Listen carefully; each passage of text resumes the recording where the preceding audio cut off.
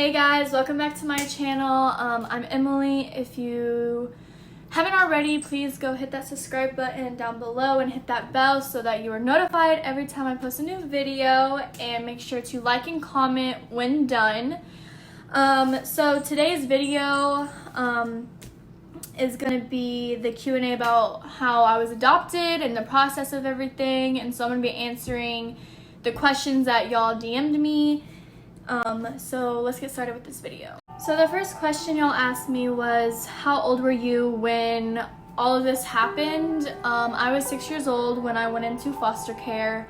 My sister and I actually went together. We jumped from foster home to foster home throughout the 2 years going to foster homes. We probably moved to like 10 different foster homes. It was a really rough time for me, especially at that age. And also, foster parents and foster care, they do not care about you unless you find that really nice family and a good home that actually want to care for you and provide for you and eventually adopt you. Then that's really how it is. They don't care. They don't ask you how you're doing.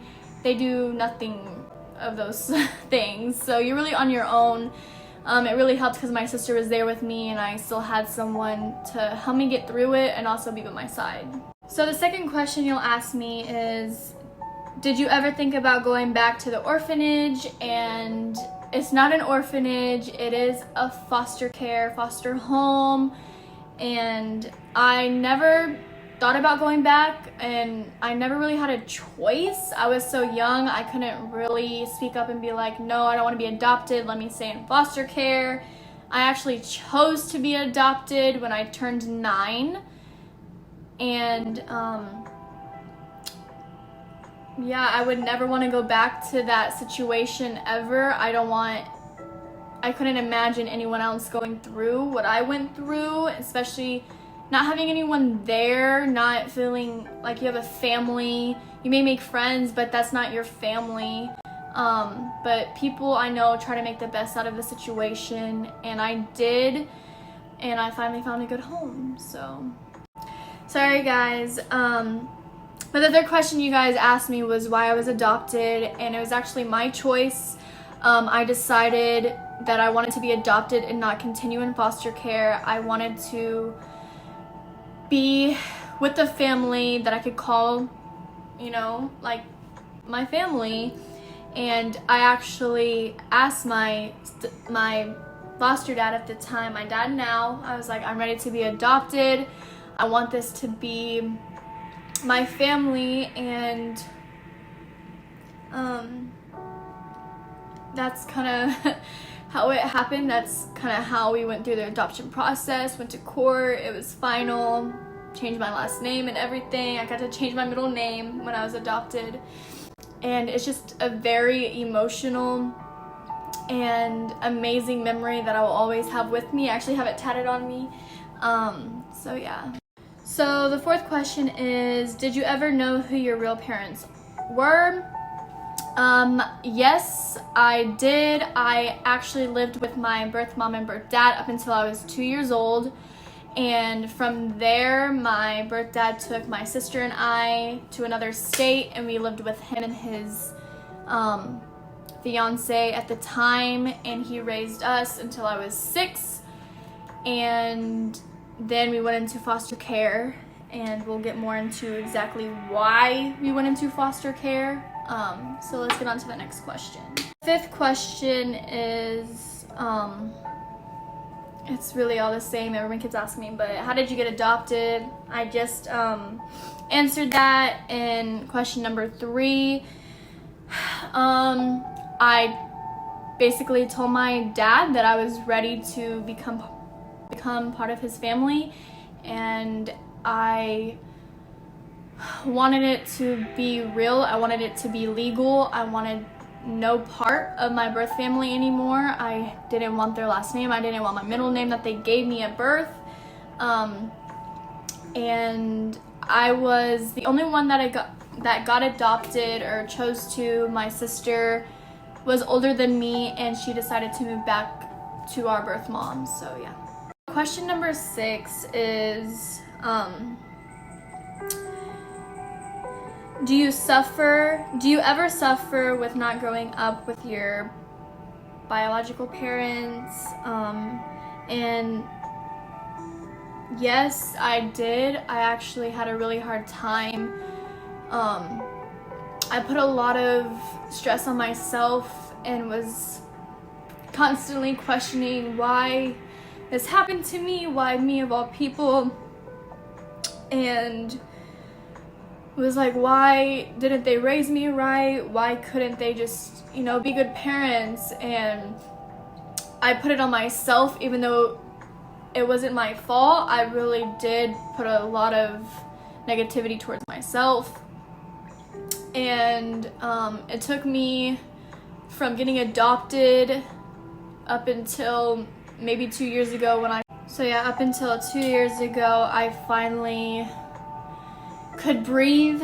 I could finally realize that, I'm in a better place now. I was raised by an amazing family, an amazing man that made me into the woman that I am today.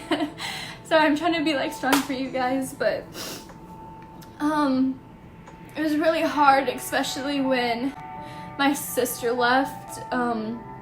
I started getting in trouble at school because I was like, why wouldn't you want to be with me? She didn't say bye to me. I felt alone, even though I had an amazing family. I felt alone because me and my sister were so close. I looked up to her than any woman that I ever had in my life, and she just left. So after she left, I got through it. I still was negative about myself. I'm not gonna lie to you, I did think of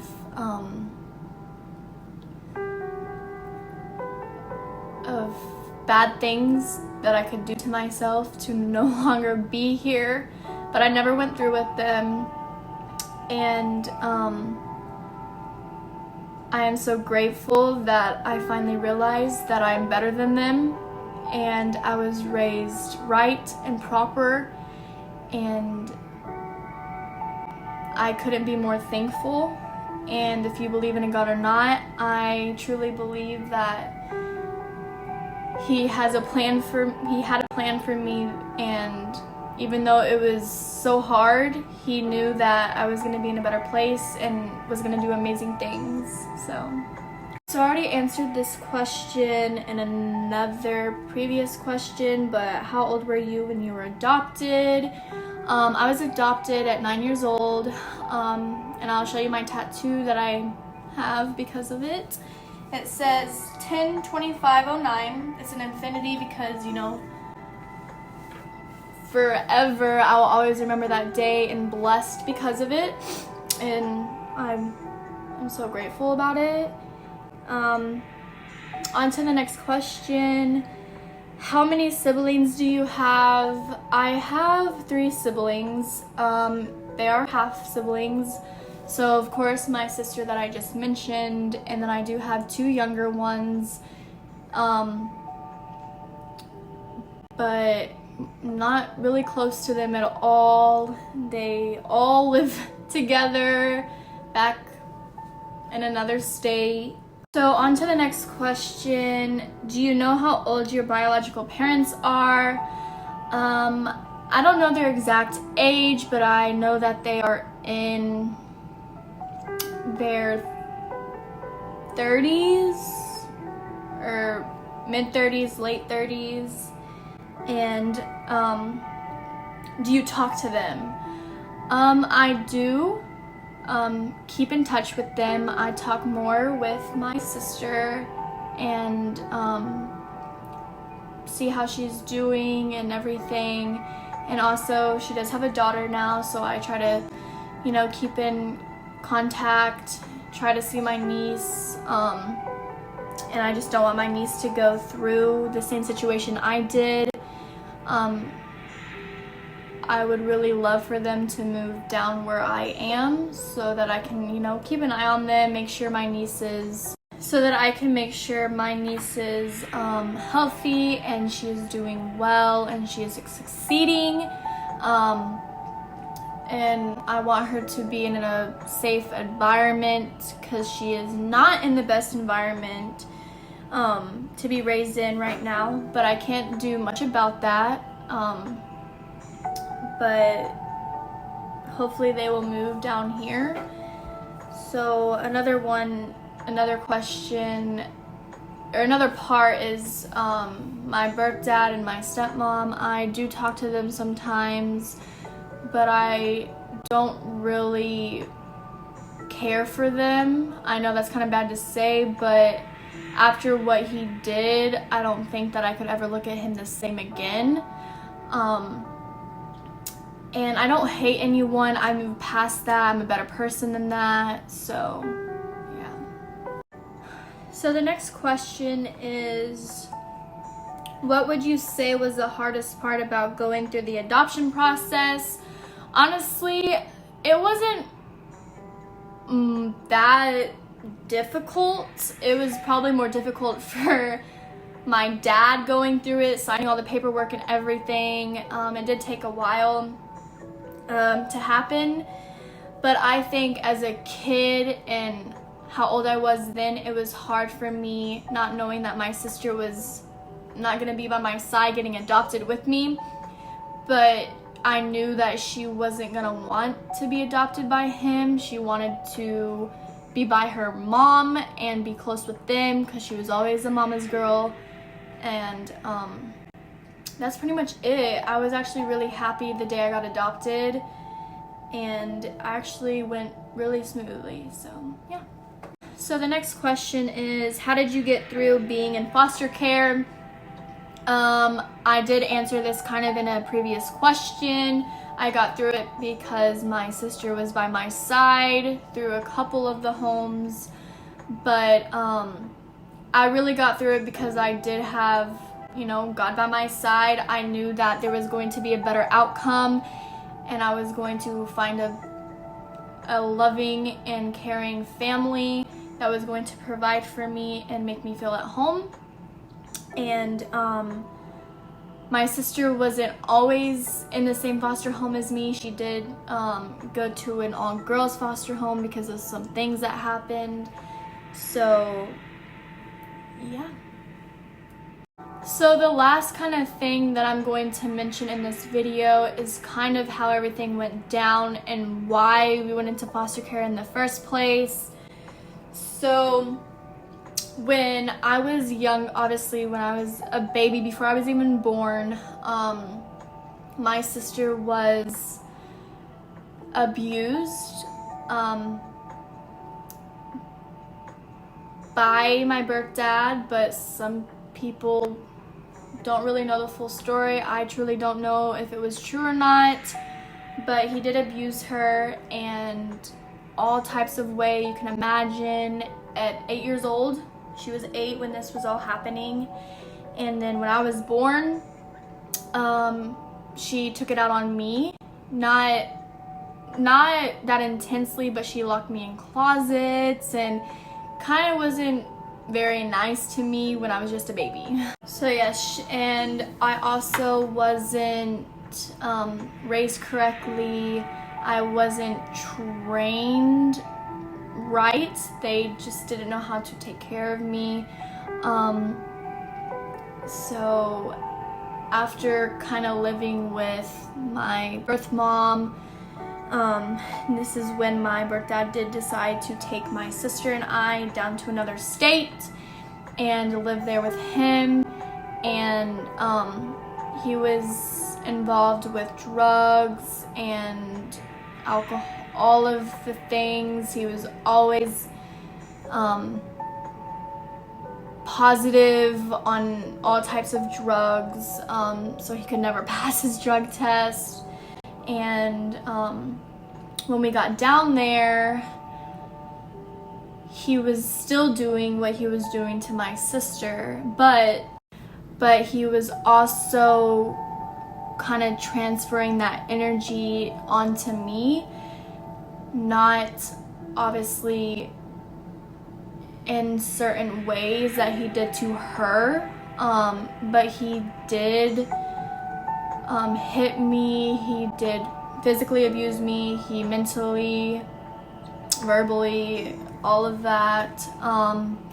There was one time I remember, and I don't know if this is too graphic to be on YouTube, but I remember one night I was sick, and he put this clear drug into some water, which basically knocks you out. It's kind of like Xanax or something, but it's the liquid form. And he put it in there, and I remember I was in the shower with him, and he started kind of groping me. So after what he was basically doing to me, that's when I kind of knocked out, and after that I don't remember. I know my sister told me that I was knocked out for 2 days, and she was really worried about me, and so was his fiance at the time. And kind of ever since that, like when she saw that he was transferring that onto me, she kind of lost it, and she started, you know, not listening and misbehaving, and he didn't like that. So he started, like when she would get in trouble, she would basically get a gun pointed to her head, but it would be facing backwards, not obviously forward. So after that night, she had her cousin or friend over, and they ran away, and you know, he did not like that, so he was freaking out, and he called the cops and everything, tried to find her, and she was a pretty smart kid. She hid really well.